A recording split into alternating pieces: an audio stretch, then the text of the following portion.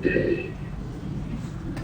રૂપાય, નમો સંઘાય, નમો નમો ભુવંચ, નમો ભૂમિ ત્રિકાળવર્તી સૌરસ મંગલમ ભગવાનીરો મંગલમ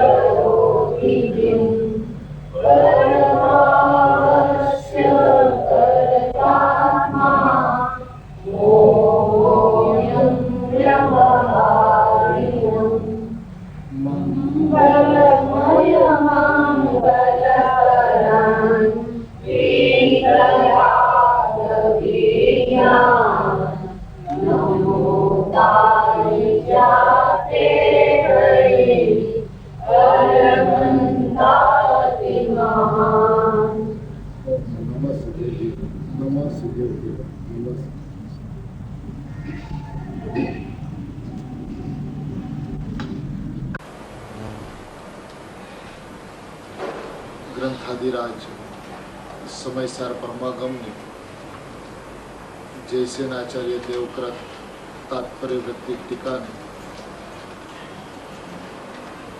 મંગલમય 320મી ગાથા છે. જે ગાથાના હાડમાં પેટાળમાં નિરપેક્ષ જ્ઞાયક ભાવ કેવો છે, એ નિરપેક્ષ જ્ઞાયક ભાવનું સ્વરૂપ કેવું છે, એ નિરપેક્ષ જ્ઞાયક ભાવ સ્વતંત્રતા કેવી રીતે છે, સ્વાધીન કેવી રીતે છે, અને એ સ્વાધીન જ્ઞાયક ભાવનું સ્વરૂપ શું છે, એ આચાર્ય ભગવાન અત્યંત સ્પષ્ટ કરે છે. કારણ કે જીવે અનાદિકાળથી નિરપેક્ષ જ્ઞાયકને નિરપેક્ષ જ્ઞાયક ભાવે સમજો નથી. જ્યારે જ્યારે પણ એને જ્ઞાયક ભાવના સંદર્ભમાં કાંઈ પણ પ્રયત્ન કર્યો છે તો સાપેક્ષ જ્ઞાયક ભાવ સમજો છે. બરાબર. પર્યાયથી સહિત જ્ઞાયક ભાવ સમજો છે કાં પર્યાયથી રહિત જ્ઞાયક ભાવ સમજો છે. પણ સ્વભાવથી નિરપેક્ષ જ્ઞાયક ભાવ કેવો છે? કારણ કે નિરપેક્ષ ભાવને બતાવવા માટે જો નિરપેક્ષતાની એની ચરિતમ સીમા જે છે એ જો લક્ષમાં ન આવે તો ખરેખર નાયક ભાવ જેમ છે તેમ લક્ષમાં આવતો નથી. બરાબર. અને આજ દિવસ સુધી જીવની સ્થિતિ એ રહી છે કે એને પર્યાયના સદભાવરૂપ કા પર્યાયના અભાવરૂપ ત્રિકાળ સત સમજાણું છે. એટલે એક ક્ષણિક સતના સદભાવરૂપ કે ક્ષણિક સતના અભાવરૂપ ત્રિકાળ સતનું અસ્તિત્વ સમજાણું છે. પણ એ ત્રિકાળ સતનું અસ્તિત્વ એક ક્ષણિક સતના હોવા કે નહીં હોવા સાથે કાંઈ પણ સંબંધ રાખતું નથી. એ ક્ષણિક સત હોય છે એ જુદી વાત, ક્ષણિક સત સમય સમય ઉત્પાદવે રૂપ પરિણમે છે એ જુદી વાત. પણ એનો અર્થ એ નથી કે એક ક્ષણિક સતની કોઈ પણ અપેક્ષાએ ત્રિકાળ સતને પરાધીનતા છે. બરાબર. જ્યાં સુધી સ્વાધીનતાથી એ ત્રિકાળ સતને લક્ષમાં લેવામાં આવતું નથી ત્યાં સુધી ખરેખર ત્રિકાળ સત જ સમજાતું નથી.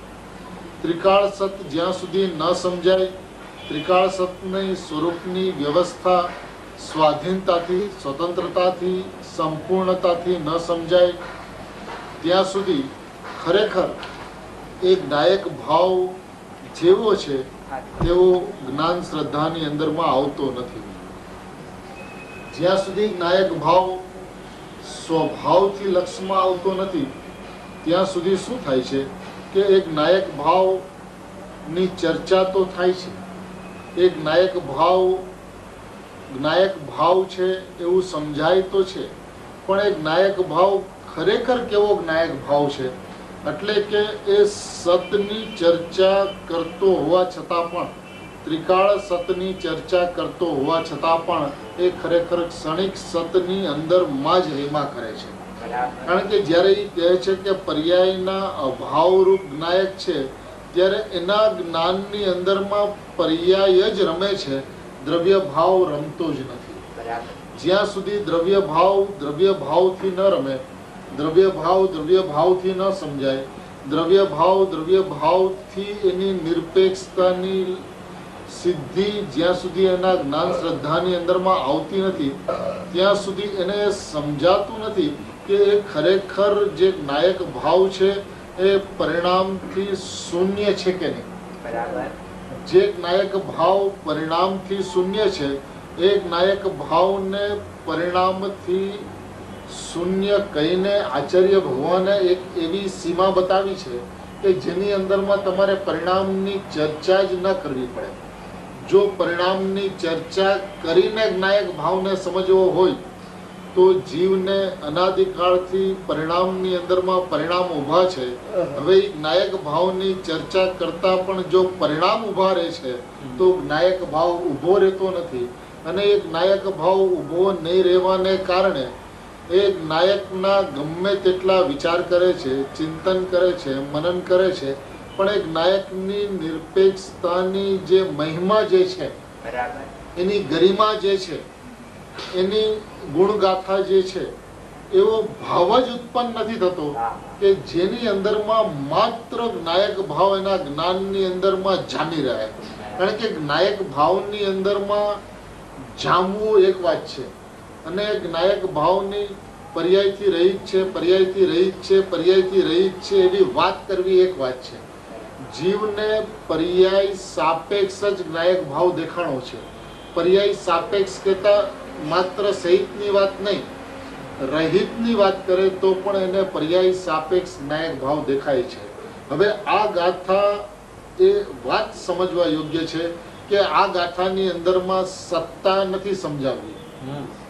સત્તા સમજાવી હોય તો સાપેક્ષતા વગર સત્તાની ગુણગાથા થઈ શકે નહીં. અને જો એ દ્રવ્ય દ્રષ્ટિનો વિષય નાયક ભાવ છે એ ત્રિકાળ સતને સમજવો હોય અને સમજાવવો હોય તો પર્યાયની પરાધીનતાથી જો એની વાત કરવામાં આવે, પર્યાયના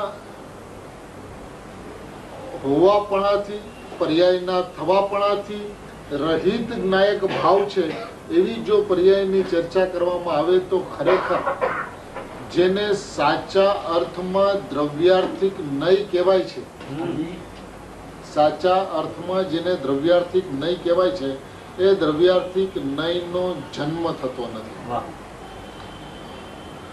જેને દ્રવ્યાર્થિક નયનો જન્મ થતો નથી એને દ્રવ્યાર્થિક નયનો પક્ષ અને દ્રવ્યાર્થી નયના પક્ષથી પક્ષાતિક્રાંત એવી આખી જે અંતરંગની એક ક્રમશઃ ઉત્પન્ન થતી સ્થિતિ છે તેનો જન્મ થતો નથી. જેને દ્રવ્યાર્થિક કહેવામાં આવે છે એટલે કે દ્રવ્ય જેનું અર્થ છે, દ્રવ્ય જેનું પ્રયોજન છે એને ખરેખર દ્રવ્યાર્થિક નય કહેવામાં આવે છે. હવે દ્રવ્યાર્થિક નયથી જોવામાં આવે તો જીવ કેવો છે? જો દ્રવ્યાર્થિક નયથી જોવામાં આવે તો એ ખરેખર પરિણામથી જીવ શૂન્ય છે એવું જો દ્રવ્યાર્થિક નયનું પ્રતિપાદન હોય, એવું જો દ્રવ્યાર્થિક નયનું કથન હોય કે જે દ્રવ્યાર્થિક નય એમ કહે છે કે જીવ પરિણામથી શૂન્ય છે, જો એવું જો દ્રવ્યાર્થિક નય કહેતું હોય તો ખરેખર જે દ્રવ્ય જે છે, જે ખરેખર દ્રવ્ય જે છે, ખરેખર જે પરમ પારિણામિક ભાવ જે છે, ખરેખર જે સર્વ વિશુદ્ધ પારિણામિક ભાવ જે છે, ખરેખર જે પરમ ભાવ જે છે એને પર્યાયની કોઈ પણ સાપેક્ષતા ઊભી રાખવામાં એની સામે આવે તો એ પરમ પારિણામિક ભાવ સમજાતો નથી. અત્યાર સુધી એણે પરમ પારિણામિક ભાવની ચર્ચા સાપેક્ષતાથી કરી છે. એક વાત નિશ્ચિત છે કે નિરપેક્ષતાનો વિસ્તાર હોતો નથી. એક વાત નિશ્ચિત છે કે નિરપેક્ષ નાયક ભાવની વિસ્તૃત ચર્ચા હોતી નથી. એક વાત નિશ્ચિત છે કે વિસ્તારની અંદરમાં નિરપેક્ષ નાયક ભાવ ખોવાય છે. નાયક ભાવ, નિરપેક્ષ નાયક ભાવ અત્યંત સંક્ષિપ્ત છે અને સંક્ષિપ્ત નાયક ભાવને એ માત્ર જેવો છે તેવો એને સમજી લેવો જોઈએ. એના વિસ્તારની અંદરમાં એ આ નથી, આ નથી, આ નથી, આ નથી એવા રહિતથી એક નાયક ભાવને પાંગળો કરવામાં આવે છે, એક નાયક ભાવને કલંકિત કરવામાં આવે છે. માટે એ ખરેખર નાયક ભાવને સાપેક્ષતાથી ન જોઈને નિરપેક્ષતાથી જોવું એ દરેક આત્માર્થીઓનું પરમ કર્તવ્ય છે. જ્યાં સુધી નાયક ભાવને સમજવા માટે સાપેક્ષતાનું વર્ણન કરવામાં આવે છે, એનો જેટલો વિસ્તાર કરવામાં આવે છે એ ખરેખર નાયક ભાવની ચર્ચા નથી. વિસ્તાર હંમેશા ક્ષણિકનો હોય છે, વિસ્તાર હંમેશા પર્યાયનો હોય છે, વિસ્તાર હંમેશા નહીં ટકનારનો હોય છે. જે ટકનાર છે, જે ત્રિકાળ છે, જે સદાય છે એ તો નાયક ભાવ છે. બસ એનો કોઈ વિસ્તાર નથી. નિરપેક્ષ ભાવને જો એ વિસ્તારથી સમજવાની કોશિશ કરે તો એ ગૂંચવાયા વિના રહેતો નથી, અને ગૂંચવાય છે તો સાપેક્ષતા ઊભી થયા વિના રહેતી નથી. કારણ કે ગૂંચવણ હંમેશા સાપેક્ષતાની અંદરમાં હોય છે. સાપેક્ષતાની અંદરમાં ત્રિકાળનું વજન સમજાતું નથી, અને જ્યારે એ વજન સમજાતું નથી ત્યારે એ માત્ર ભેદ કથનની અંદરમાં, એ ભેદ વચનની અંદરમાં, એ ભેદ પરિણામની અંદરમાં અટકે છે. જ્યારે એ ભેદની અંદરમાં અટકે છે ત્યારે નિરપેક્ષ અભેદ જે છે, સ્વાભાવિક અભેદ જે છે, જે ખરેખર દ્રવ્યાર્થિક નયનો વિષય છે. દ્રવ્યાર્થિક નયનો વિષય શું છે? નિરપેક્ષ અભેદ એ દ્રવ્યાર્થિક નયનો વિષય છે. દ્રવ્યાર્થિક નય પોતાને શુદ્ધ ઉપાદાન ભૂત પરમ ભાવ ગ્રાહક. દ્રવ્યાર્થિક નય કેવી છે તો કે દ્રવ્યાર્થિક નય છે ને એ પરમ ભાવ ગ્રાહક છે. અને પરમ ભાવ ગ્રાહક છે એટલે શું કે એ પરમ ભાવ, પરમ પારિણામિક ભાવ જે છે એ પરમ ભાવ છે, અને દ્રવ્યાર્થિક નય છે એ પરમ પારિણામિક ભાવનું ગ્રાહક છે. એ પરમ પારિણામિક ભાવને ગ્રહણ કરનારું દ્રવ્યાર્થિક નય છે. એ પોતાને કેવું જોવે છે તો કે પોતાને શુદ્ધ ઉપાદાન ભૂત જોવે છે. જે દ્રવ્યાર્થિક નય પોતાને શુદ્ધ ઉપાદાન ભૂત જોવે છે એટલે ભૂત કહેતા હોવાપણું, ભૂત કહેતા સત્યાર્થ, ભૂત કહેતા પરમાર્થ. હવે દ્રવ્યાર્થિક નય એવી છે કે જે પોતાને પરમ ભાવ ગ્રાહક, શુદ્ધ ઉપાદાન ભૂત, શુદ્ધ દ્રવ્યાર્થિક નય આ વાત એવી છે કે પરમ પારિણામિક ભાવ જે છે એ ખરેખર સર્વવિશુદ્ધ પરમ પારિણામિક ભાવ છે, સર્વવિશુદ્ધ પારિણામિક ભાવ છે. હવે એ સર્વવિશુદ્ધ પારિણામિક ભાવને ગ્રહણ કરનાર કોણ છે? તો કે આ સર્વવિશુદ્ધ પરમ પારિણામિક ભાવ છે એવા પરમ ભાવને ગ્રાહક, એ પરમ ભાવને ગ્રહણ કરનારી દ્રવ્યાર્થિક નહીં છે. હવે એ જે દ્રવ્યાર્થિક નહીં છે એ પોતાને કેવી જોવે છે? તો કે જીવ પરિણામથી શૂન્ય છે. શુદ્ધ દ્રવ્યાર્થિક ને જીવ પરિણામથી શૂન્ય છે. જો દ્રવ્યાર્થિક ને જીવ પરિણામથી શૂન્ય છે, શુદ્ધ ઉપાદાનભૂત શુદ્ધ દ્રવ્યાર્થિક ને જીવ પરિણામથી શૂન્ય છે. હવે વસ્તુ શુદ્ધ ઉપાદાન ભૂત છે, શુદ્ધ ઉપાદાન રૂપ અને શુદ્ધ ઉપાદાન ભૂત. શુદ્ધ ઉપાદાન રૂપ ઉપરમાં જે શબ્દ પ્રયોગ જે છે એ પરિણામની વાર્તા છે. પરિણામ એમ કહે છે કે હું અકારક અને અવેદક છું. હવે હું અકારક અને અવેદક છું એવું પરિણામ કહે છે. વેદવાનો જે પર્યાયનો સ્વભાવ છે, વેદવું સ્વસંવેદન, એ જે પર્યાયનો સ્વભાવ છે એ પર્યાય પોતાને અકારક અને અવેદક અનુભવે છે. એટલે વેદુ સંવેદન જે પર્યાયનો સ્વભાવ છે એ પોતાને અકારક અને અવેદક અનુભવે છે. શા માટે અકારક અને અવેદક અનુભવે છે? કારણ કે પોતાને શુદ્ધ ઉપાદાન રૂપે જોવે છે. હવે જે શુદ્ધ ઉપાદાન જે છે એ શુદ્ધ ઉપાદાન તો જ્ઞાયક એક ભાવ છે. હવે જ્ઞાયક એક ભાવ જે છે તે હું છું એવી જોનાર જે પર્યાય જે છે એ પોતાને શુદ્ધ ઉપાદાન રૂપે જોવે છે. કારણ કે એ પોતાનો પર્યાય ધર્મ નથી છોડતી. પર્યાયનો ધર્મ ઉત્પાદ વ્યય જે છે એ ઉત્પાદ વ્યય ધર્મને નથી છોડતી, પરંતુ એ પર્યાયત્વને છોડે છે. પર્યાયત્વને છોડે છે એટલે કે પર્યાયની અંદરમાં પર્યાયનો અહમ ન હોય. અનાદિકાળથી પર્યાયમાં અહમ રહ્યું છે. હવે એ પર્યાયનું દ્રવ્યમાં અહમ થાય, એ પર્યાયનું દ્રવ્યમાં અહમ હોય એનો અર્થ છે પર્યાયત્વ છોડ્યું છે. એનો અર્થ એ છે કે પર્યાયની અંદરમાં પર્યાય નથી. એનો અર્થ એ છે કે પર્યાયમાં પર્યાયને ઉભા રહેવા માટે જગ્યા નથી. એનો અર્થ એ છે કે પર્યાયની અંદરમાં જ્ઞાયક છવાયેલો છે, એની અંદરમાં જ્ઞાયક વ્યાપેલો છે, એની અંદરમાં જ્ઞાયક ફેલાયેલો છે. કેવી રીતે ફેલાયેલો છે? કે હું અકારક અને અવેદક છું. તો એવું શુદ્ધ ઉપાદાન રૂપે પરિણામથી પર્યાય, એ પરિણામની વ્યાખ્યા છે. પણ શુદ્ધ ઉપાદાન ભૂત જે છે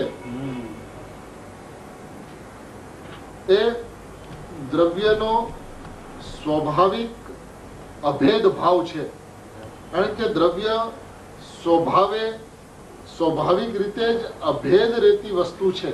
એ દ્રવ્યાર્થિકને પોતાને અભેદ ભાવે જોવે છે. હવે અભેદ છે તો અભેદ ભાવે જોવે છે, અભેદ છે તો અભેદ ભાવે શ્રદ્ધે છે. કારણ કે એ શુદ્ધ દ્રવ્યાર્થિક નહીં છે. અને શુદ્ધ દ્રવ્યાર્થિક નહીં જે છે એ સર્વ વિશુદ્ધ પારિણામિક ભાવ હું છું એમ જોવે છે.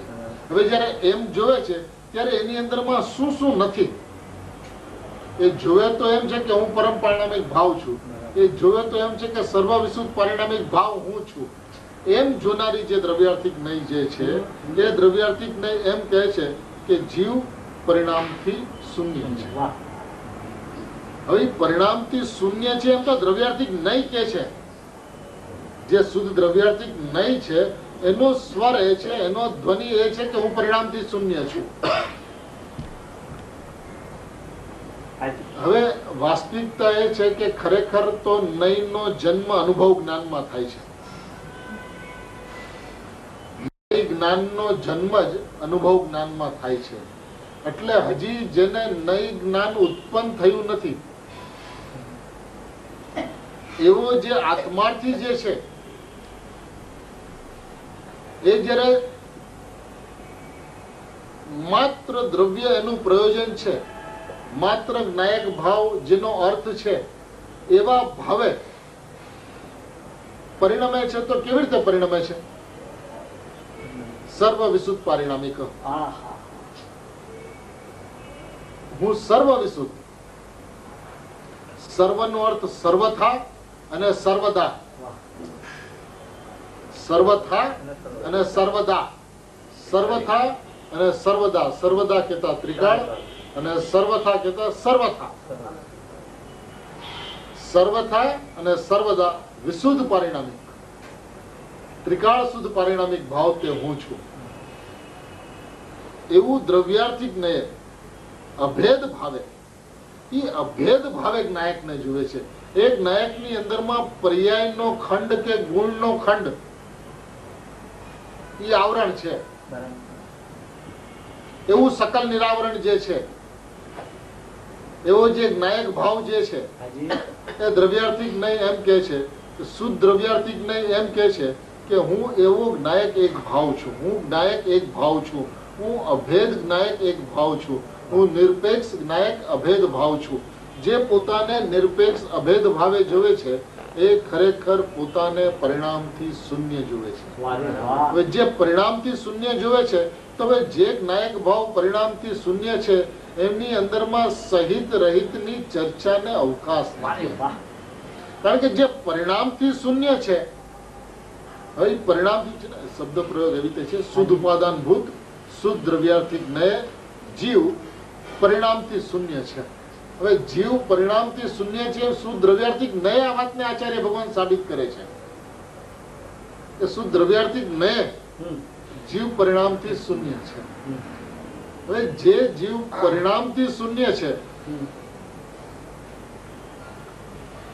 એટલે કે પરિણામ થી શૂન્ય કહીને આચાર્ય ભગવાને એક નાયક ભાવથી સંપૂર્ણ છે, પરિપૂર્ણ છે. પૂર્ણ અને સંપૂર્ણ એ બંને વચ્ચેનો આતરો છે. પૂર્ણતાને લક્ષ્ય શરૂઆત તે જ વાસ્તવિક શરૂઆત છે. એ કથન, એ વચન, એ સિદ્ધાંત ગુરુદેવે આપ્યું. પૂર્ણતાને લક્ષ્ય શરૂઆત. પૂર્ણતા એટલે પૂર્ણ રૂપ પરિણમન. એ મોક્ષ જે છે એ પૂર્ણતા છે. એ પૂર્ણતા ને લક્ષ્ય શરૂઆત તે જ વાસ્તવિક શરૂઆત છે. હવે ખરેખર એ પૂર્ણતાને લક્ષ્ય શરૂઆતનો અર્થ શું છે કે જે સ્વભાવથી સંપૂર્ણ છે. સમ એટલે પ્રત્યક્ષ. પૂર્ણતા જે છે ને એ પ્રત્યક્ષ નથી. એ જયારે પૂર્ણ થાય છે ત્યારે એ પૂર્ણતા પ્રત્યક્ષ છે. અને સંપૂર્ણતા જે છે, પરિપૂર્ણતા જે છે એ પ્રત્યક્ષ સ્વરૂપની વર્તમાન પ્રત્યક્ષતા છે. એક નાયક ભાવ છે એ વર્તમાનની અંદરમાં પૂર્ણ છે. સંવેદન, જો સંવેદનની અંદરમાં સમ શબ્દ છે ને પ્રત્યક્ષ દેખાડે છે. બરાબર. સમ કેતા પ્રત્યક્ષ, સ્વ કેતા પોતે, સમ કેતા પ્રત્યક્ષ, વેદન કેતા અનુભવ.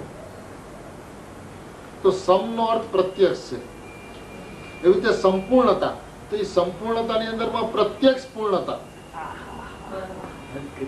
એ સંપૂર્ણતા જે છે એ પરિપૂર્ણતા જે છે એ નાયક ભાવ હું છું એવું દ્રવ્યાર્થિક નય અભેદ ભાવે જોવે છે.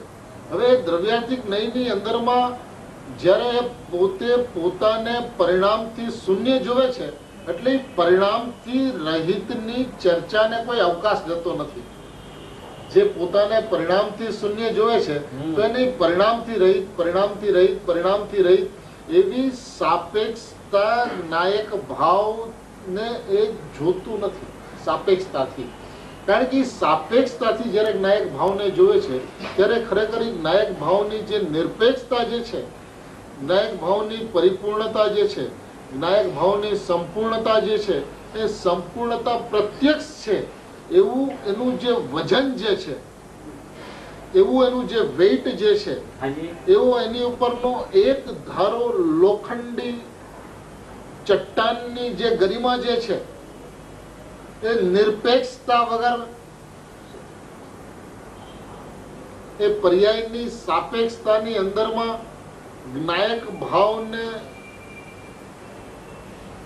એટલી હદે એ હીણો થાય છે કે ચર્ચા જ્ઞાયક ભાવની કરે અને જ્ઞાયક ભાવ ત્યાં ઉભો જ ન રહે. વાહ.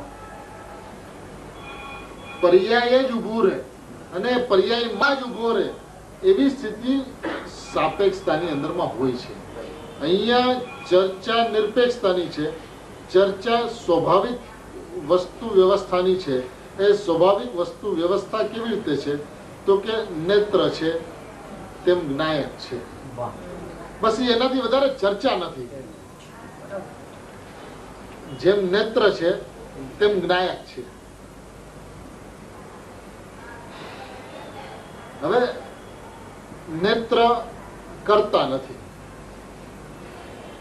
જ્ઞાયક કરતા નથી.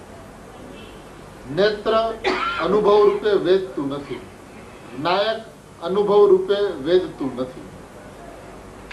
બરાબર. હવે એનું નામ અકારક ના વેદક છે.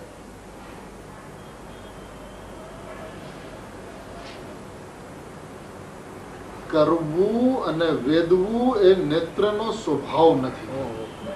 સામાન્યપણે નેત્રની પરિભાષા જે છે હાજી. એ પરિભાષાની સમજણની અંદરમાં ભૂલ છે. બરાબર.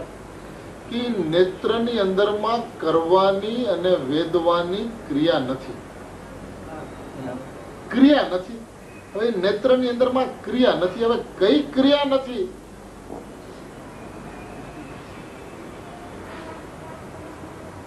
જાણવાની ક્રિયા નથી કે કરવાની ક્રિયા નથી કે વેદવાની ક્રિયા નથી. એ જ્ઞાયકની અંદરમાં ક્રિયા નથી. પછી વાત એટલી છે કે જ્ઞાયક છે. પેલી વાત તો એ છે કે જ્ઞાયક છે. બીજી વાત એ છે કે એમાં ક્રિયા નથી. એ સ્વાભાવિક,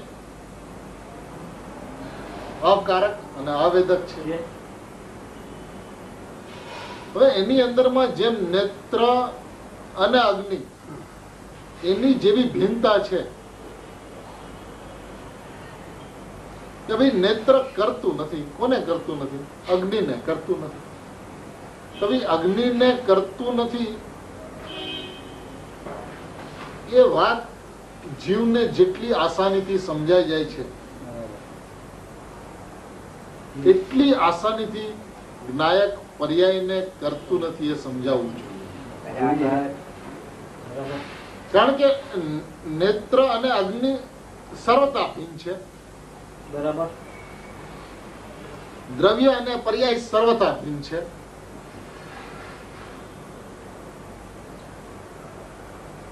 આ વિષય સર્વથાનો છે. બરાબર. નેત્રની અને અગ્નિની એને જો સર્વથા ભિન્નતા ન સમજાય તો એ અગ્નિને કરતું નથી અને અગ્નિને વેદતું નથી. એની અંદરમાં એને કથનચિત આવ્યા વિના રહે નહીં.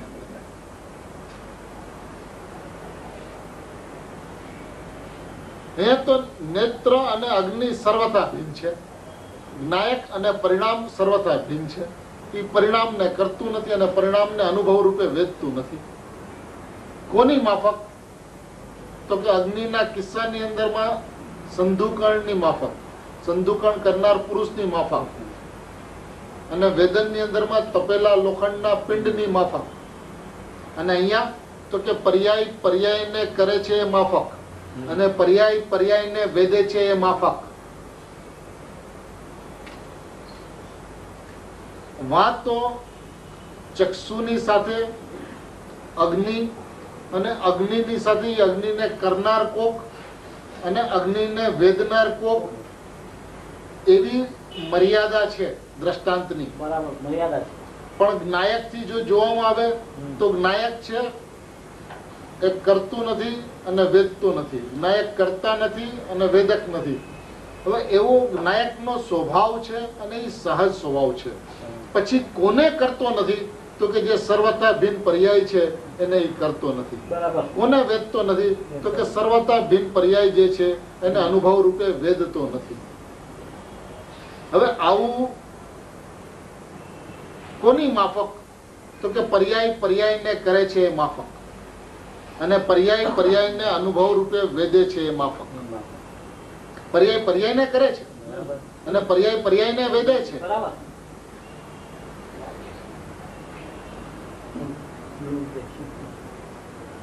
એવી વ્યવસ્થા છે,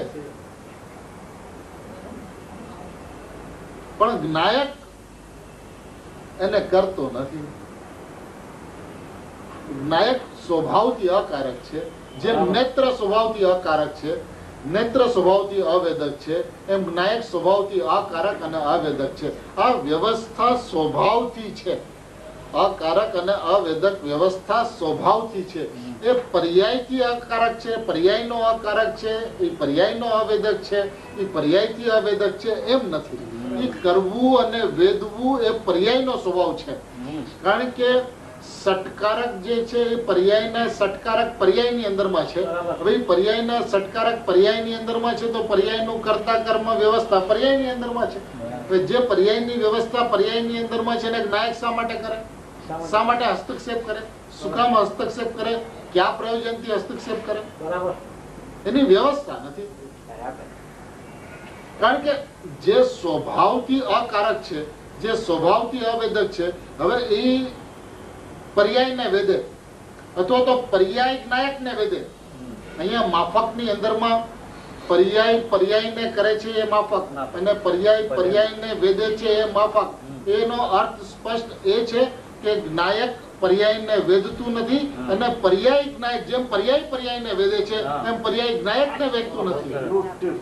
વાત એમ છે કે માત્ર જ્ઞાયક પર્યાયને અનુભવ રૂપે વેદે છે એટલી વાત જ્ઞાયક તરફથી છે.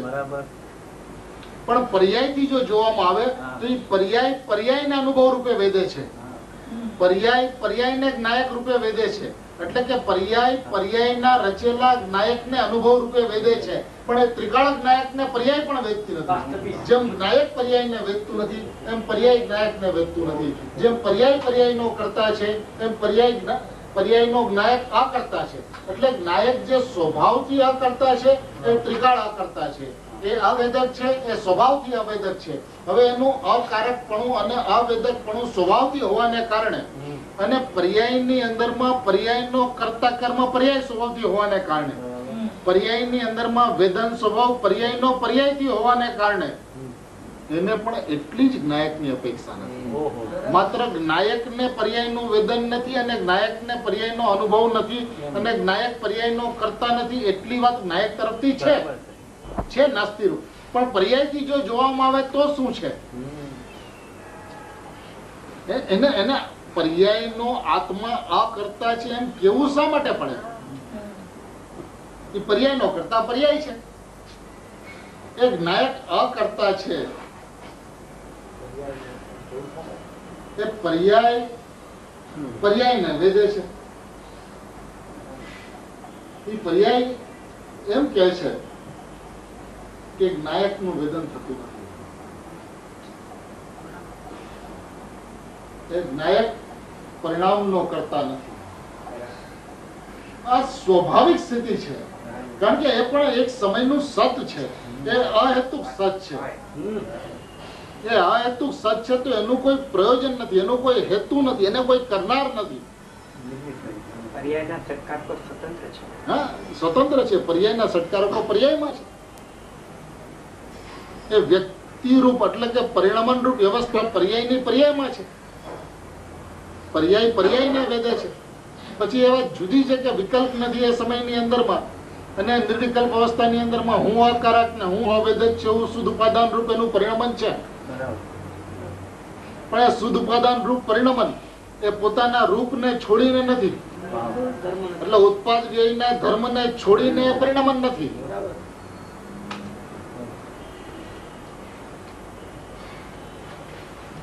એટલે એ પર્યાયની વ્યવસ્થા પર્યાયની અંદરમાં જેમ છે તેમ છે. અને આ આખી પર્યાયની ચર્ચા નાસ્તિથી છે, અસ્થિથી નથી. કારણ કે પર્યાયની ચર્ચા જો ખરેખર અસ્થિથી જોવામાં આવે તો ખરેખર એની પરિણામથી શૂન્ય છે એવું જે દ્રવ્યાર્થિક નયનું શુદ્ધ દ્રવ્યાર્થિક નયનું જે સ્વરૂપ જે છે એને સમજાશે. પહેલી વાત. બીજી વાત એ નિરપેક્ષ અભેદ જ્ઞાયક ભાવ જે છે, કારણ કે પરિણામથી શૂન્ય છે નો અર્થ શું છે? બરાબર. એ પરિણામ નથી. ગુણ થી શૂન્ય છે નો અર્થ શું છે? ગુણ નથી. જ્યાં સુધી એવો સ્વાભાવિક સ્વભાવ એને સમજાતો નથી, જ્યાં સુધી નિરપેક્ષ સ્વભાવ સમજાતો નથી, ત્યાં સુધી એની ગરિમા અને મહિમા આવતી નથી. હવે એને દ્રષ્ટિના વિષયની અંદરમાં આ આખી વાક્ય રચનાને જોવામાં આવે તો આચાર્ય ભગવાને વાક્ય રચના જ એવી કરી છે કે જેના દ્વારા એને આખી વાત સ્પષ્ટ થઈ જાય. એની અંદરમાં એને કાંઈ પ્રશ્ન ન થાય અને જેમ છે તેમ એને સમજાઈ જાય એવી રીતે વાક્યની રચના કરી છે. જેવી રીતે નેત્ર સાયફન કરતા, નેત્ર કરતા નથી, બસ એવી વાત એટલી છે. પછી આગળ જે નેત્ર કરતા દ્રશ્ય એવી અગ્નિરૂપ વસ્તુને સંદુકણ કરનાર પુરુષની માફક કરતું નથી. અને કોમા, અને પછી કોમા છે, અને પેલા કોમા નથી. અને પછી હા, કરતું નથી પછી કોમા નથી, કરતું નથી અને અનુભવ રૂપે વેદતું નથી. એટલે અને પછી કોમાનું કન્ટિન્યુએશન અનુભવ રૂપે વેદતું નથી એની સાથે છે. પછી દ્રષ્ટાંતની અંદરમાં જેમ સંદુકણ કરનાર પુરુષની માફક એમ તપેલા લોખંડના પિંડની માફક, એટલે એ બંને માફક માફક એ કોમન છે. હવે આની અંદરમાં એને નિરપેક્ષ ભાવ સમજાવવો જોઈએ. બરાબર. એક નાયક ભાવની સ્વાધીનતા સમજાવવી જોઈએ, નાયક ભાવની સંપૂર્ણતા સમજાવવી જોઈએ. તો એ ખરેખર સર્વવિશુદ્ધ પરિણામિક પરમ ભાવ ગ્રાહક શુદ્ધ ઉપાદાનભૂત શુદ્ધ દ્રવ્યાર્થિક ને જીવ કર્તૃત્વ ભોક્તૃત્વથી તથા બંધ મોક્ષના કારણ ને પરિણામથી શૂન્ય છે. બંધ મોક્ષના પરિણામથી શૂન્ય છે, બંધ મોક્ષના કારણથી શૂન્ય છે. પેલા કર્તૃત્વ ભોક્તૃત્વથી શૂન્ય છે, બંધ મોક્ષના કારણથી શૂન્ય છે અને બંધ મોક્ષના પરિણામથી શૂન્ય છે. હવે દ્રવ્યાર્થિક ને જીવ એવો છે, જો દ્રવ્યાર્થિક ને જીવ એવો છે તો દ્રવ્યાર્થિક નહીં એને કહેવાય કે જેવો જીવ છે એવો પોતાને જોવે. દ્રવ્યાર્થિક નહીં એને કહેવાય કે જેવો જીવ છે એવો પોતાને જોવે, તેનું નામ દ્રવ્યાર્થિક નહીં છે. બરાબર. એટલે આપણું કહેવું છે કે દ્રવ્યાર્થિકની ઉત્પત્તિ અનુભવ કાળે હોય છે. એ તો એમ જ નયનો જન્મ જ અનુભવ કાળે થાય છે. પણ એ પહેલા અનુભવ થાય એ પહેલા ખરેખર જે નિશ્ચય નય જે છે એ નિશ્ચય નયના પક્ષમાં આવે છે ને. એ નિશ્ચય નયનો જે પક્ષ જે છે એ શું છે? તો કે જેવો અભેદ સ્વભાવ છે, જેવું અભેદ સ્વરૂપ છે એવા અભેદ સ્વભાવે અભેદ સ્વરૂપે એ પોતાને જોવે છે કે હું અભેદ એક નાયક ભાવ છું, હું અભેદ એક નાયક ભાવ છું એમ જે જોવે છે એનું નામ દ્રવ્યાર્થિક નયનો પક્ષ છે. કારણ કે હજી વિકલ્પ વાળી સ્થિતિ છે, અનુભૂતિ થઈ નથી. એટલો વિકલ્પ હું અભેદ ભાવે છું અથવા હું અભેદ ભાવ છું અથવા તો હું નિરપેક્ષ અભેદ છું, હું પરમ પરિણામિક ભાવ છું એવું વિકલ્પ ખટકો નથી. એટલે નિશ્ચય એનો પક્ષ છે. બરાબર. એ વિકલ્પ ખટકે તો પક્ષાતિક્રાંત થઈ જાય. પણ એ નિશ્ચય નયના પક્ષની અંદરમાં પણ શું હોય છે? બરાબર. નિશ્ચય તત્વ છે. એ નિશ્ચય નયના પક્ષની અંદરમાં સર્વવિશુદ્ધ પરિણામિક હોય છે. એ નિશ્ચય નયના વિષયની અંદરમાં એ પરિણામથી શૂન્ય, એ બંધ મોક્ષથી શૂન્ય, એ બંધ મોક્ષના કારણથી શૂન્ય એમ નથી હોતું. જેનાથી શૂન્ય છે એની ચર્ચા શું કરવાની? જેનાથી શૂન્ય છે એનો વિચાર શું કરવાનો? જેનાથી શૂન્ય છે એનો વિચાર કરો. એનો વિચાર જ હોતો નથી. એ વિચારનું ફળ શૂન્ય હોય જે છે. છે જ નહીં એનો શું વિચાર? તો શું વિચાર હોય દ્રવ્યાર્થિક નયની અંદરમાં? તો કે સર્વ વિશુદ્ધ પરિણામિક, શુદ્ધ નિષ્ક્રિય પરિણામિક, એની અંદરમાં શુદ્ધ નિષ્ક્રિય પરિણામી કહ પોતે પોતાને જોવે છે. જ્યાં સુધી એ પોતાને શુદ્ધ નિષ્ક્રિય પરિણામી જોવે છે, શુદ્ધ નિષ્ક્રિય પરિણામી. હવે નિષ્ક્રિય કેતા ક્રિયા રહિતતા એને સમજાય છે. સ્વાભાવિક નિષ્ક્રિયપણું એને સમજાતું નથી. એ શું કીધું? એને નિષ્ક્રિય કહેતા એ ક્રિયા તેનામાં નથી, ક્રિયાથી રહિત છે, એટલે ક્રિયા કહેતા પર્યાયથી રહિત છે, એનું નામ નિષ્ક્રિય. એવું નથી, એ શુદ્ધ નિષ્ક્રિય પરિણામિક સ્વભાવ છે. પરિણામિક સ્વભાવ છે. કારણ કે એ શબ્દ પ્રયોગ આચાર્ય ભગવાને છે ને નિષ્ક્રિય શુદ્ધ પરિણામિક કહ, અર્થાંત શુદ્ધ પરિણામિક ભાવ નિષ્ક્રિય છે. બરાબર. જે ખરેખર નિષ્ક્રિય ભાવ છે, જે પરિણામિક ભાવ નિષ્ક્રિય છે, શુદ્ધ પરિણામિક ભાવ નિષ્ક્રિય છે, એ ખરેખર સ્વભાવથી નિષ્ક્રિય છે. બરાબર. હવે એનામાં ક્રિયા નથી માટે નિષ્ક્રિય છે, એવો નિષ્ક્રિય પાંગડો નથી. બરાબર. એ ક્રિયાથી રહે છે એમ તો નહીં, પણ એનામાં ક્રિયા નથી એવી પણ પાંગડાપણું એનામાં નથી. કારણ કે જ્યાં સુધી એને સ્વભાવથી એનો નિષ્ક્રિય સ્વભાવ સમજવામાં નથી આવતો, હાજી. એ સ્વભાવ એ અકારક અને અવેદક. હવે એ શબ્દ પ્રયોગ ભલે કરતું નથી અને વેદતું નથી એવું સૂચવતું હોય, પણ એ સ્વાભાવિક અકારકપણું છે, એ સ્વાભાવિક અવેદકપણું છે, એ સ્વાભાવિક નિષ્ક્રિયપણું છે. જે સ્વાભાવિક છે એ સ્વાભાવિક સ્થિતિને હવે એ સ્વભાવની અંદરમાં અકારક અને અવેદક નાસ્તિથી ભલે સમજાતું હોય, બરાબર. બરાબર. કારણ કે હવે એને કાર્ય સમજાણું છે, એને વેદન સમજાણું છે, એને ક્રિયા સમજાણી છે, એટલે હવે એનાથી સમજાવે છે કે ભાઈ તું અકારક છું, અવેદક છું. બરાબર. પણ એ ખરેખર એ અકારકપણું અને અવેદકપણું સ્વાભાવિક છે. એ વાત એને સમજાવવી જોઈએ કે જે સ્વભાવથી અકારક છે, એકની અંદરમાં જે કાંઈ પણ થાય છે એનું ઉપાદાન કારણ પણ નથી અને એનું નિમિત્ત કારણ પણ નથી. જ્યાં સુધી પરિણામની અંદરમાં થતી દરેક વ્યવસ્થાની અંદરમાં એને ઉપાદાન કારણ તો પર્યાય દેખાય અને નિમિત્ત કારણ દ્રવ્ય દેખાય, ત્યાં સુધી ખરેખર એને શુદ્ધ પારિણામિક શું છે એની એને ખબર નથી. પરિણામની અંદરમાં થતી કોઈ પણ વ્યવસ્થાનું કારણ, ચાહે અશુદ્ધ રૂપ પરિણમન હો, ચાહે શુદ્ધ રૂપ પરિણમન હો, ચાહે પર્યાય પોતાને રાગનું કરતા અને વેદક માનતું હો, ચાહે પર્યાય પોતાને પર્યાયનું કરતા અને વેદક માનતું હો, ચાહે પર્યાય પોતાને શુદ્ધ ઉપાદાન રૂપે અકારક અને અવેદક અનુભવતું હો, એ કોઈ પણ સ્થિતિનું નિમિત્ત કારણ પણ નાયક ભાવ નથી, પરમ પરિણામિક ભાવ નથી. એટલે પર્યાય પોતાને કોઈ પણ રીતે અનુભવે, અશુભ ભાવે, શુભ ભાવે કે શુદ્ધ ભાવે, એનું નિમિત્ત કારણ દ્રવ્ય નથી. તો એ સ્વાભાવિક અકારકપણું છે. હવે એ સ્વાભાવિક અકારકપણું જો એને ન સમજાય, એની પર્યાયની અંદરમાં આત્માનો અનુભવ થાય છે, એ કથન માત્ર છે. પર્યાયની અંદરમાં આત્મા વેદાય છે, એ કથન માત્ર છે. પર્યાયની અંદરમાં આત્મા પરિણમે છે, એ કથન માત્ર છે.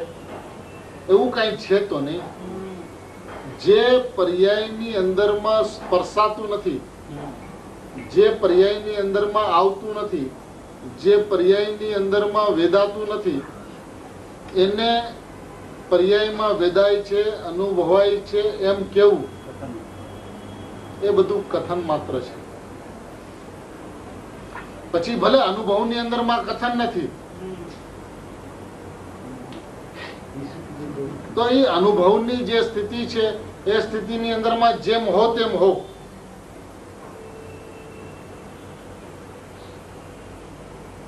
કારણ કે એની અંદરમાં દ્રવ્ય પર્યાય નથી. બરાબર. અનુભવની અંદરમાં દ્રવ્ય પર્યાય નથી. બરાબર. અનુભવની અંદરમાં અનુભવ છે. બરાબર છે. પરંતુ વાસ્તવિકતા એ છે કે અનુભવની અંદરમાં અનુભવ છે તો એ પર્યાય ને પર્યાયનો અનુભવ છે. જો પર્યાયને પર્યાયનો અનુભવ ન હોય, પર્યાયને પર્યાયનું વેદન ન હોય, એટલે કે પર્યાયને ત્રિકાળીનું વેદન હોય, તો એ અવેદક ન રહ્યો. એ પર્યાયની અંદરમાં અનુભવ થાય છે એનું કારણ જો દ્રવ્ય હોય તો એ અકર્તા ન રહ્યો. વાહ રે વાહ. એ પર્યાયની અંદરમાં દ્રવ્યનો ભોગવટો હોય તો એ અભોગતા ન રહ્યો. પર્યાયની અંદરમાં હવે તો એ પર્યાયનું દ્રવ્ય છે. એ પર્યાયનું દ્રવ્ય છે, પર્યાય રચેલું પર્યાયનું દ્રવ્ય છે, અને એ કરે છે, વેદે છે, ભોગવે છે, એ બધું છે. પણ એક નાયક ભાવ નથી, એ ત્રિકાળી ભાવ નથી, એ પરમપારણામિક ભાવ નથી, એ નિષ્ક્રિય ભાવ નથી. એ નિષ્ક્રિય ભાવ તો સ્વભાવથી નિષ્ક્રિય છે. એ નિષ્ક્રિય ભાવ તો સ્વભાવથી પરમપારણામિક ભાવ છે. એ સ્વભાવથી ભગવાન આત્મા છે. હવે જે સ્વભાવથી છે એને સ્વભાવથી જોવું, બરાબર. સ્વભાવથી છે એને સ્વભાવથી જોવું. હવે એ સ્વભાવથી અભેદ ભાવે છે. હવે જે સ્વભાવથી અભેદ ભાવે છે એને અભેદ ભાવે જોવું, એનું નામ દ્રવ્યાર્થિક નહીં છે. જેવો પોતે છે એવો પોતાને જોવો, જેવો જ્ઞાયક ભાવ છે એવો જ્ઞાયક ભાવને જોવો, એનું નામ દ્રવ્યાર્થિક નહીં છે. હવે એ દ્રવ્યાર્થિક નહીં સર્વ વિશુદ્ધ પારિણામિક ભાવ તે હું છું એમ જોયું છે. સર્વ વિશુદ્ધ પારિણામિક ભાવ તે હું છું. દ્રવ્યાર્થિક નહીં એને કહેવાય કે જેવું દ્રવ્ય છે એવું જ એનો અર્થ છે, એવું જ એનો પ્રયોજન છે. હવે દ્રવ્ય કેવું છે તો કે અભેદ છે.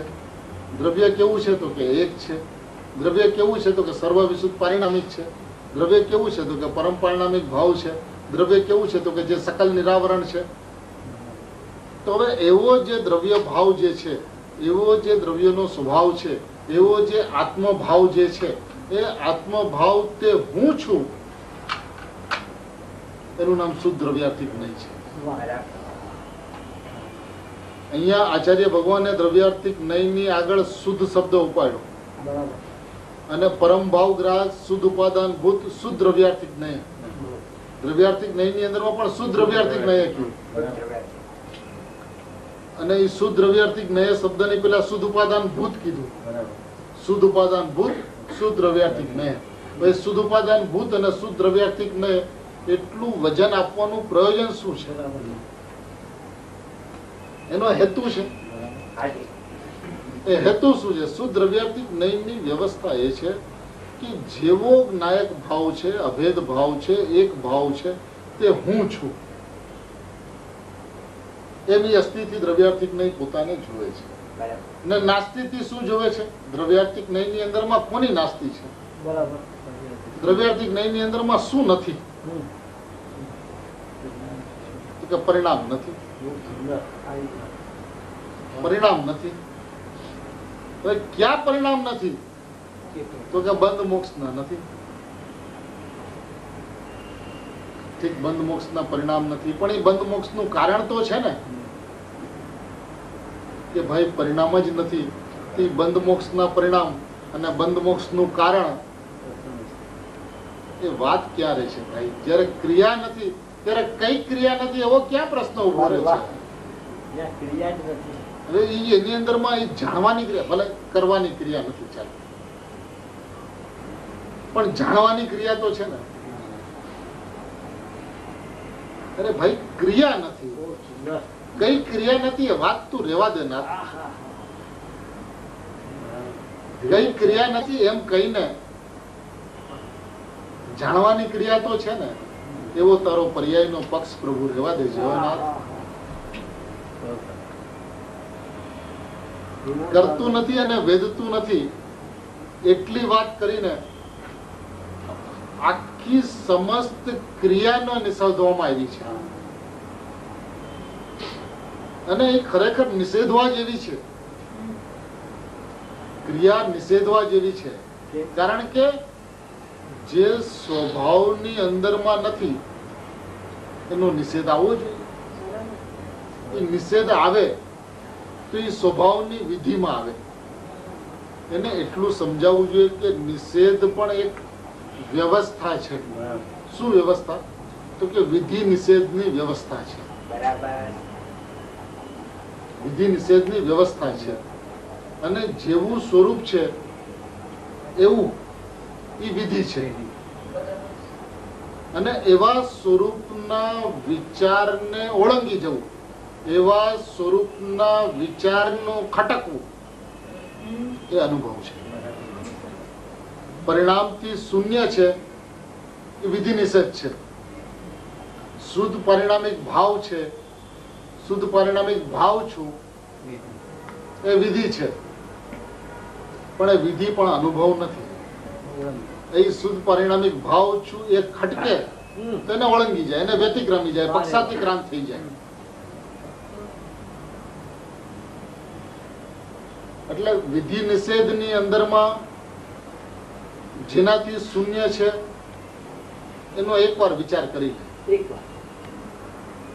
પરિણામથી શૂન્ય થી વિધિ નિષેધમાં એ વિધિ નિષેધની અંદરમાં આવે. આવે. વિધિને નિષેધ એટલે ઈ વિધિ પણ એક નિષેધ રૂપ વિધિ, એ પણ એક વિધિ છે. કારણ કે જ્યાં સુધી તમે એવું ન સમજો કે વિધિ નિષેધ રૂપ વિધિ એક પણ વિધિ છે, ત્યાં સુધી ખીચડી કર્યા કરશો.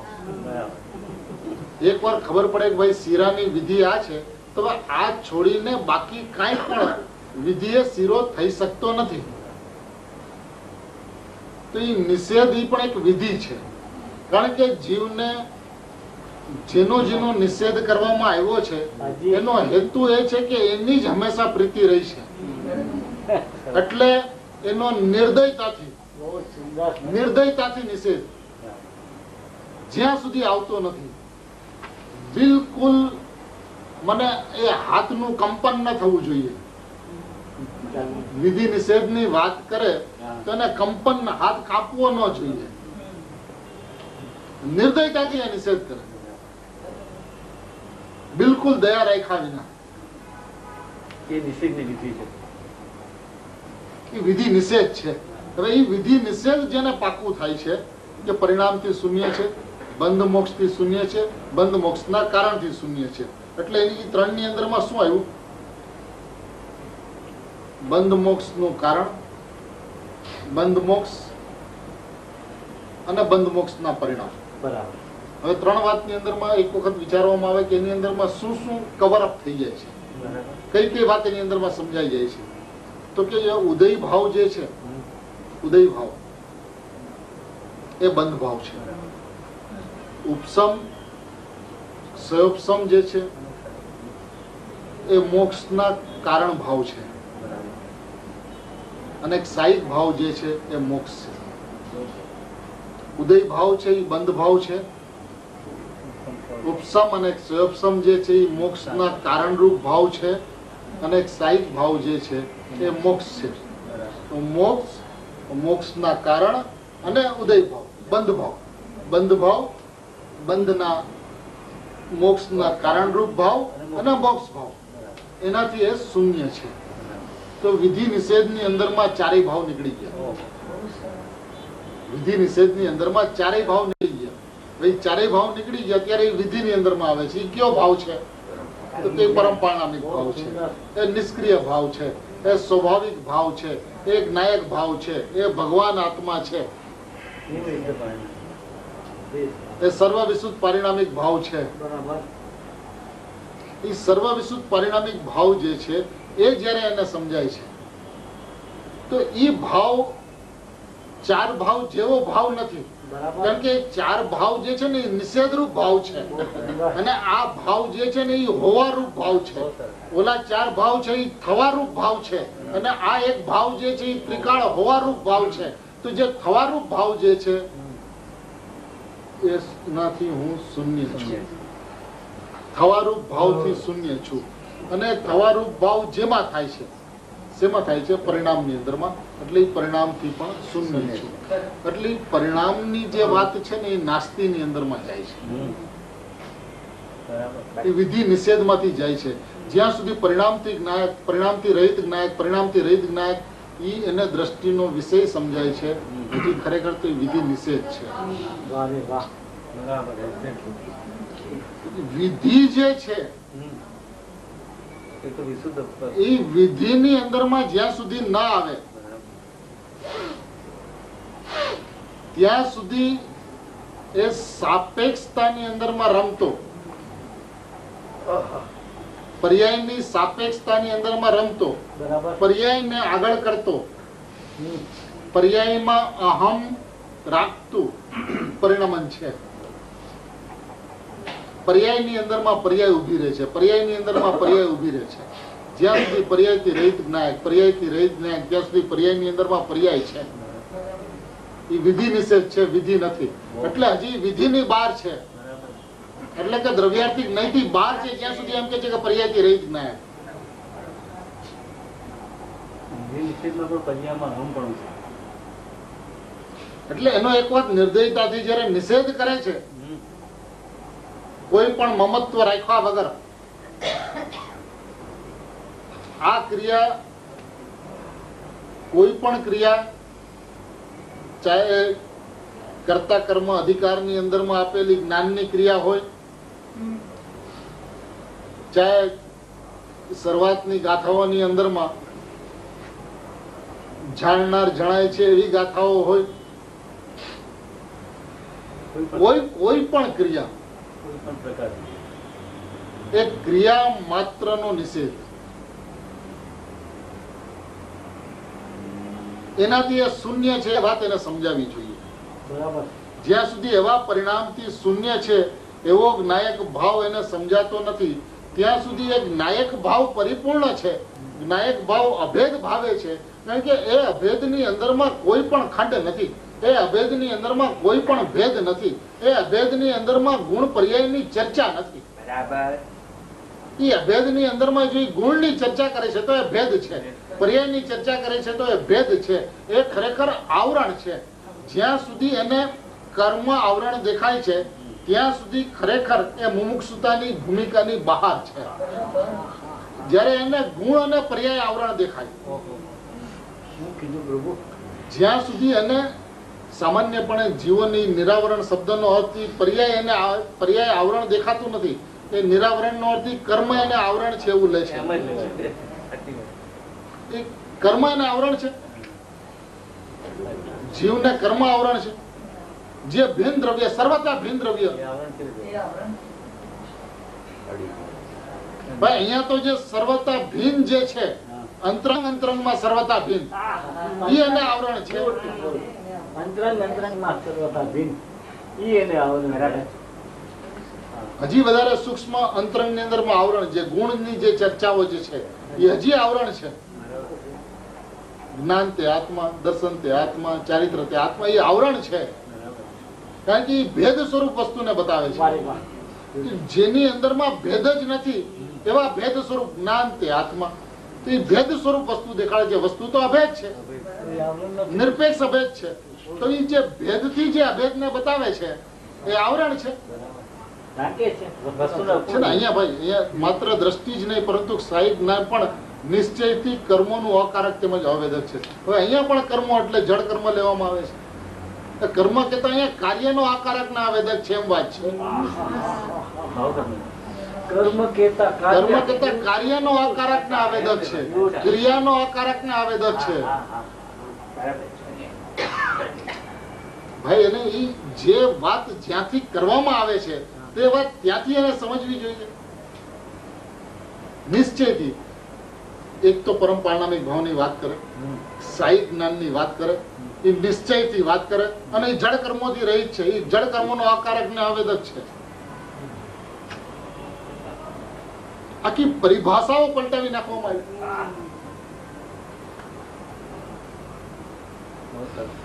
ભાઈ કર્મ કેતા કાર્યની વાત છે. એ કાર્યનો આકારક ના આવેદક છે, પરિણામનો આકારક ના આવેદક છે નિશ્ચયથી. અને એના માટે એને પણ શબ્દ વાપરવો પડ્યો છે. સાહિક જ્ઞાન પણ, એટલે માત્ર દ્રષ્ટિ જ પરિણામનો આકારક અને આવેદક છે એમ નહીં. કાર્ય પણ એ જે સાહિક જ્ઞાન જે છે એ પણ કર્મોનું અકારક ને આવેદક છે. કાર્યનો ભાઈ કર્મો કેતા કાર્ય છે ભાઈ, કાર્યનો અકારક, પરિણામનો અકારક ને આવેદક છે. એટલે એમ કે જ્ઞાનની અંદરમાં પણ અકારક ને આવેદકની વાત, દ્રષ્ટિની અંદરમાં પણ અકારક ને આવેદકની વાત. બહુ સુંદર. શું છે એ વાત? જ્ઞાનની અંદરમાં પણ અકારક ને અવિકૃતની વાત. એ ભાઈ એને સમજવી પડશે ભાઈ. એની આખી સ્વાભાવિક વ્યવસ્થા છે આખી. એ જ્ઞાન એટલે જાણવું, નેત્ર એટલે દેખવું, એટલી જ નેત્રની પરિભાષા થઈ ગઈ છે. બરાબર. Beautiful. એનું મૂળ સ્વરૂપ એનું જે અભેદ સ્વરૂપ જે છે, બહુ સરસ અકારક. એનું એક સ્વરૂપ જે છે, એ સ્વરૂપથી એ ભાવને સમજવો જોઈએ, એ વસ્તુને સમજવી જોઈએ. અને એ જો એને વસ્તુ સમજાય તો પર્યાય આ વસ્તુ એને સમજાયા વિના રહે નહીં. એના પોતાના સ્વભાવની જે સ્વતંત્રતા જે છે, પોતાના સ્વભાવની પરિપૂર્ણતા જે છે, એ એને સમજાય. અને પર્યાય એને આ વસ્તુ ન સમજાય. એમ કે બને નહીં. બરાબર. નાયક ભાવ વસ્તુ સમજાય, હા, હા. અભેદ ભાવ વસ્તુ સમજાય, તો એ પર્યાય અને ગુણ, એ આખી ચર્ચા અને અવસ્તુ ન સમજાય એમ બને નહીં. એમ કોઈ દિવસ બને નહીં. વેદ કલ્પના એને આખી વસ્તુ વ્યવસ્થા સ્વભાવથી સમજાવવી જોઈએ. એ સ્વભાવથી નિરપેક્ષ અભેદ છે એમ સમજાવવું જોઈએ. જો એ સ્વભાવથી નિરપેક્ષ અભેદ છે એમ સમજાય અને એનું એને વજન ના આવે, ના, એમ કેમ હોય? એવું 3 કાળની અંદરમાં બની શકે. એને એવો સ્વભાવ નિરપેક્ષતાથી સમજાતો નથી એટલે એનું વજન આવતું નથી. એનું વજન આવતું નથી એટલે પછી આખી અંતરંગની અંદરમાં એક આખો જે ક્રમ આખો જે પડે છે, પરિણામનો થવા યોગ્યતાનો આખો એક જે ક્રમ પડે છે, એટલે પરિણામ વળતા ઉત્પન્ન થાય. હવે વળતા ઉત્પન્ન થાય એનો પણ જે સ્વાભાવિક સહજ ક્રમ છે, એ સ્વાભાવિક સહજ ક્રમને એ ઉત્પન્ન જ થવા દેતો નથી. એની પોતાની અણસમજને કારણે, એની પોતાની ગેરસમજને કારણે વસ્તુની વ્યવસ્થાની સ્વાધીનતા, સ્વતંત્રતા, સંપૂર્ણતા, પરિપૂર્ણતા, અહેતુકતા જ્યાં સુધી જેમ છે તેમ સમજાતી નથી, ત્યાં સુધી એ ઉપયોગ વળતો ઉત્પન્ન થાય એવી એને અપેક્ષા રાખવું સપનું છે. કારણ કે એને પોતાની વ્યવસ્થાની અંદરમાં પોતાની સ્વાભાવિક વ્યવસ્થા નથી સમજાતી, સહજ વ્યવસ્થા નથી સમજાતી. એ પરિણામિક કહેતા એ સહજ આત્મલાભ નથી સમજાતો. એ સહજ એનું હોવાપણું છે, સહજ એની હૈયાતી છે, નિરપેક્ષ હૈયાતી છે. એ જો એક વખત એને સમજાય તો જ્ઞાયક ભાવ સમજાયા વિના નહીં. આવો જ્ઞાયક ભાવ સૌ કોઈને સમજાય એવી મંગલ ભાવના.